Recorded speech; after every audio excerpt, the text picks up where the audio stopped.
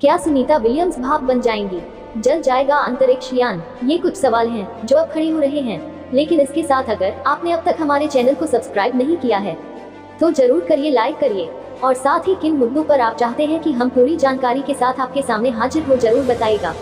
बहरहाल इस मुद्दे पर पूरी जानकारी अब आप तक पहुंचाते हैं। दरअसल भारतीय मूल की अमेरिकी अंतरिक्ष यात्री सुनीता विलियम्स पिछले 2 महीने से अंतरिक्ष में फंसी हुई हैं। सभी की नजरें हैं क्योंकि हम सब चाहते हैं कि वह सुरक्षित धरती पर वापसी करें। उनके साथ कुछ रूमर भी हैं। सुनीता विलियम्स को सुरक्षित वापस लाए जाने को लेकर तमाम तरह की जो कोशिश है वो इस वक्त की जा रही है। कई बड़ी प्लानिंग भी यहाँ पर हो रही है, लेकिन कुछ खतरनाक मोड़ हैं जिनका ध्यान रखना इस दौरान बेहद जरूरी है, क्योंकि हो सकता है कि धरती पर बैठकर यह कहना आसान हो कि उन्हें जल्द से जल्द वापस लाया जाए, लेकिन बड़े स्तर की प्लानिंग और बहुत सावधानी के साथ ही प्लानिंग का होना बेहद जरूरी है। देखिए इन सभी के बीच स्पेस मामलों के जानकार क्या कहते हैं, ये आपको बताते हैं। दरअसल स्पेस मामलों के जानकार और पूर्व अमेरिकी सैन्य कमांडर रूडी रिडोल्फी ने 3 आशंकाएं जताई है। ये 3 आशंकाएं जो हैं वो हर एक आम इंसान को जाननी चाहिए। डेली मेल से बात करते हुए उन्होंने ये कहा कि बोइंग स्टार लाइनर को सुरक्षित वापस धरती पर लाने के लिए टेक्निकली इसे एक सही एंगल पर लाना होगा, यानी कि इतना आसान नहीं है लेकिन ये इतना मुश्किल भी नहीं है। एक सही एंगल जिसके लिए बहुत जरूरी है उनकी वापसी के लिए, और ये टेक्निकली ही हो सकता है। उन्होंने आशंका लेकिन इस बीच ये जरूर जाहिर की कि जब तक कैप्सूल वायुमंडल में एंट्री करने के लिए सही एंगल पर है तब तक तो सब कुछ ठीक ठाक है, लेकिन सही नहीं है तो वो जल जाएंगे, यानी कि सब कुछ खत्म हो जाएगा पल भर में ही। इसमें पहला है कि अगर खराब अंतरिक्ष यान से वापस आने की कोशिश की जाती है तो वो घर्षण से उत्पन्न होने वाली गर्मी से भाप बनकर अपनी जान भी गंवा सकते हैं।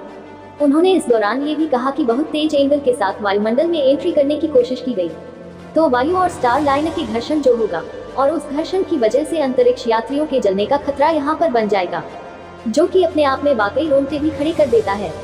इसलिए सभी एंगल को और घर्षण कितनी तेजी के साथ होगा, एंट्री की क्या रफ्तार यहाँ पर होगी, सबके बारे में बहुत गहनता से सोचा समझा विचार किया जा रहा है। वैसे आपको जानकारी दे दें कि सुनीता विलियम्स पिछले कई दिनों से स्पेस में फंसी हुई हैं और 6 जून से अंतर्राष्ट्रीय अंतरिक्ष स्टेशन यानी कि ISS पर बंद है। बोइंग स्टार लाइनर मिशन का मकसद नासा के भविष्य के मिशन के लिए अंतरिक्ष यात्रियों और कार्गो को पृथ्वी की निचली कक्षा में ले जाना है। इस स्पेस फ्लाइट का मकसद ये प्रमाणित करना है, साबित करना है कि अंतरिक्ष यान आसानी से नियोजित तरीके से स्पेस स्टेशन तक जा सके और फिर आ भी सकते हैं। यह मकसद यहाँ पर है। ISS के साथ डॉकिंग के बाद स्टार लाइनर अंतरिक्ष यान को थ्रस्टर और हीलियम लीक सहित कई जरूरी महत्वपूर्ण तकनीकी समस्याओं का सामना करना पड़ा। अब देखिए इन मुद्दों ने अंतरिक्ष यान को तय प्लानिंग के मुताबिक, तय योजना के मुताबिक अंतरिक्ष यात्रियों को पृथ्वी पर लौटने से रोक दिया है।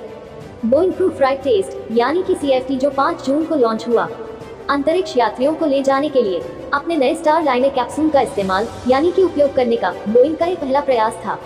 यानी कि जो यह कोशिश थी वो इससे पहले नहीं की गई थी, ये पहली ही कोशिश थी और यह जो मिशन था नासा के वाणिज्यिक क्रू कार्यक्रम का बहुत ही खास हिस्सा था, जिसका उद्देश्य निजी उद्योग के साथ साझेदारी के जरिए कम पृथ्वी की कक्षा तक पहुंचने का जो विस्तार है ये इसका मकसद यहाँ पर रहा।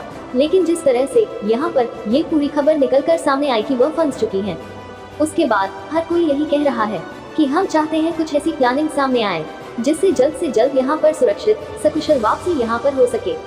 हालांकि जो प्रोसेस यहाँ पर हम बता रहे हैं उसके बाद सारी परेशानी को ठीक करने के बाद यान को रवाना जरूर कर दिया गया था। अमेरिकी स्पेस एजेंसी की तरफ से यह जानकारी दी गई कि अब तक कुल 50 घंटे और 40 मिनट के रिकॉर्ड के साथ सुनीता विलियम्स ने सबसे ज्यादा स्पेस वॉक करने का ये रिकॉर्ड भी कायम कर रखा है और इससे पहले पैगी विल्सन ने 10 स्पेस वॉक के साथ इसे पीछे छोड़ दिया था। सुनीता विलियम्स अमेरिका की नेवी कैप्टन का पद भी संभाल चुकी हैं। कई महत्वपूर्ण पदों में अपनी जिम्मेदारी को उन्होंने बखूबी और अपनी काबिलियत के बूते आगे बढ़ाया है और उन्होंने अब तक कुल 322 दिन स्पेस में बिताए हैं। हर कोई यही दुआ कर रहा है कि जो भी तकनीकी खामियां इस वक्त आ रही हैं, जिस घर्षण का जिक्र किया जा रहा है, जिस एंट्री की रफ्तार का जिक्र किया जा रहा है, वो कुछ इस तरह से टेक्निकली मैनेज हो सके कि वापसी दोनों की यहाँ पर सुरक्षित हो सके।